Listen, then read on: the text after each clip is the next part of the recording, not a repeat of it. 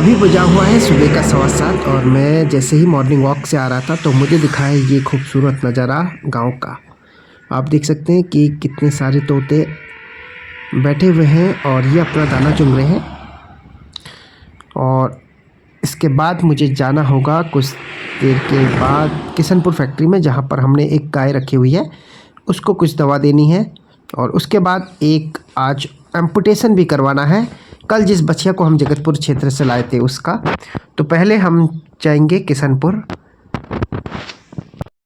और अब मैं आ चुका हूँ किशनपुर। बच्चिया का टेम्परेचर नॉर्मल है, कुछ कैल्शियम और दर्द निवारक दवा, ताकि ये खड़ा होने का जो बार बार प्रयास कर रही है उसमें इसे मदद मिले और एक दिन ये खड़ी हो जाए।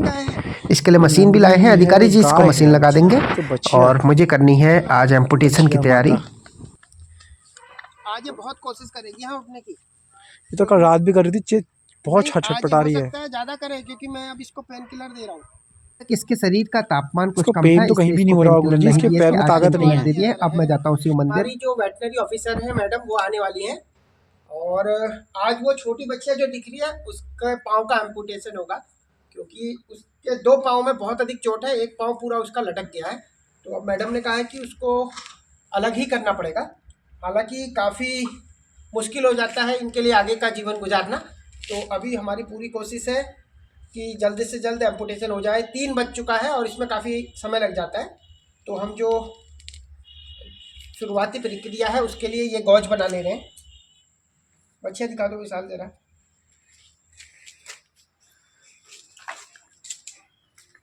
और वो हमारी छोटी बच्चियाँ बैठी हुई है।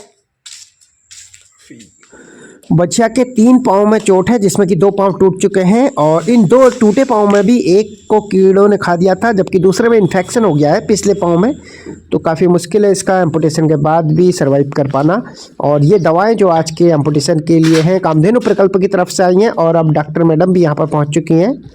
विशाल जी और मैं यहाँ पर पहले से मौजूद हैं, साथ ही आज कम है। तो अब मैडम ने शुरू कर दिया है प्रोसेस। इसको मूर्छा का इंजेक्शन दे दिया है, लेकिन ये बेहोश नहीं हो पा रही है।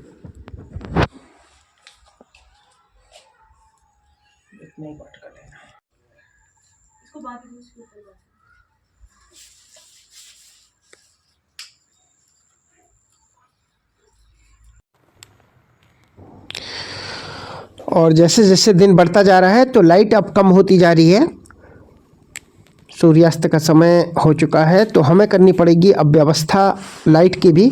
और इसके पाँव में आप देख सकते हैं कि लोकल एनेस्थीसिया भी दे दिया है, ताकि बिल्कुल इसका पाँव शून्य हो जाए।